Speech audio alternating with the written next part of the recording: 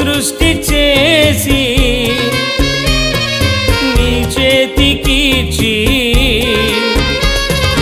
పాలించమన్నాడు, నిన్ను దీవించుచున్నాడు.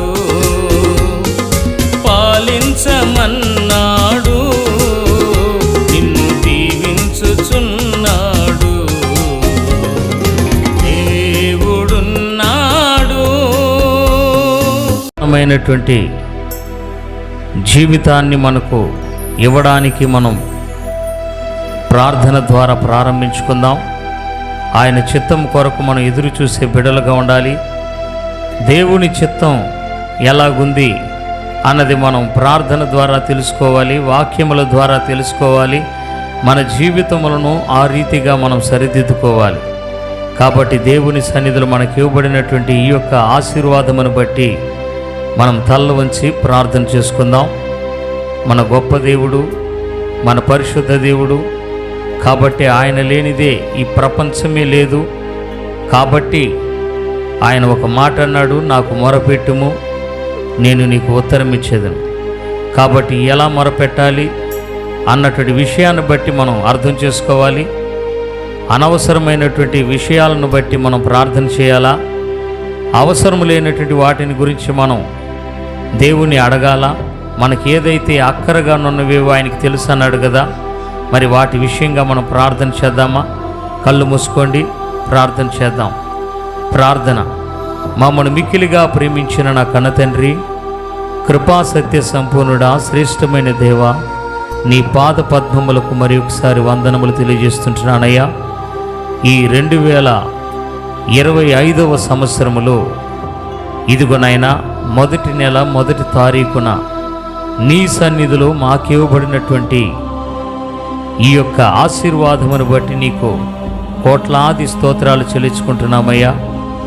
ఇదిగో నా ప్రభువా, అనేక మంది మరి నిన్న రాత్రి నుంచి నూతన సంవత్సరంలోకి అడుగు పెట్టబోతున్నటువంటి శుభ సందర్భంలో అనేక మంది ప్రార్థన ద్వారా వారి జీవితాలు బాగుపడాలని, వారి కుటుంబం బాగుపడాలని, దేవాది దేవుని యొక్క కరుణ వారి కుటుంబం పైన ఎల్లవేళలా ప్రసరింపజేయాలని ప్రార్థన చేస్తూ, గత సంవత్సరము వలె కాకుండా ఈ 2025వ సంవత్సరంలో దేవుని కృప అపారంగా ఉంటుందేమో, దేవుడు నన్ను అత్యధికంగా దీవించునేమో అని చెప్పి నీ బిడ్డలు రాత్రి వేళ కూడా మేల్కొనుండి దేవుని యొక్క సన్నిధిలో నాయన వారిని బట్టి మరి ఒకసారి చిన్న బిడ్డలు మొదలుకొని పెద్దవారి వరకు ఉన్నటువంటి వారిని దీవించండి.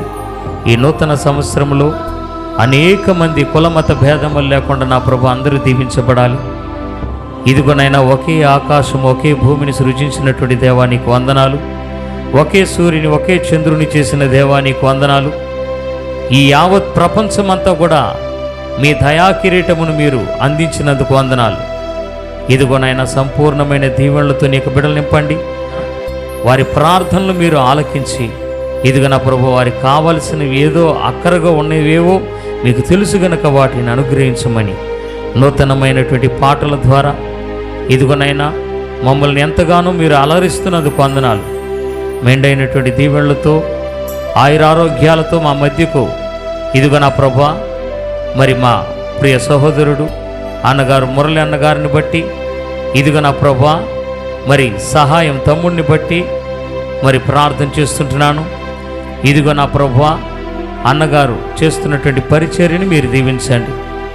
కర్మేలు పరిచర్య దీవించబడాలి.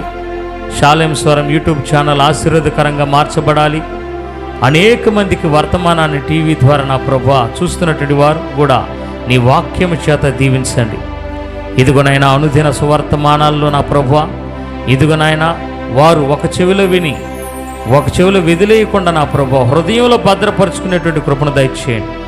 ఈ 2025లో కొందరిలోనైనా మార్పు తీసుకురాగలమా అన్నటువంటి వాక్యానుసారంగా మేము మాట్లాడుతున్నప్పుడు ఇదిగో నా ప్రభువా ప్రతి ఒక్కరూ తమ తమ హృదయములను పరిశోధన చేసుకొని, మా హృదయము యేసయ్యకే సొంతము కదా, ఈ హృదయము యేసయ్య నామములో ప్రార్థన తప్ప వేరేది ఉండకూడదు, ఈ హృదయములో యేసయ్య పాటలు తప్ప వేరేది ఉండకూడదు, యేసయ్య వాక్యం ద్వారా నేను ఇంకా అభివృద్ధి పరచబడాలి అన్నటువంటి తలంపు నీ యొక్క బిడ్డలకు వస్తే ఇదిగోనైనా మేము ఎంతగానో సంతోషపడే రీతిగా నా ప్రభువా మీరు ధన్యులుగా ఉంటాం.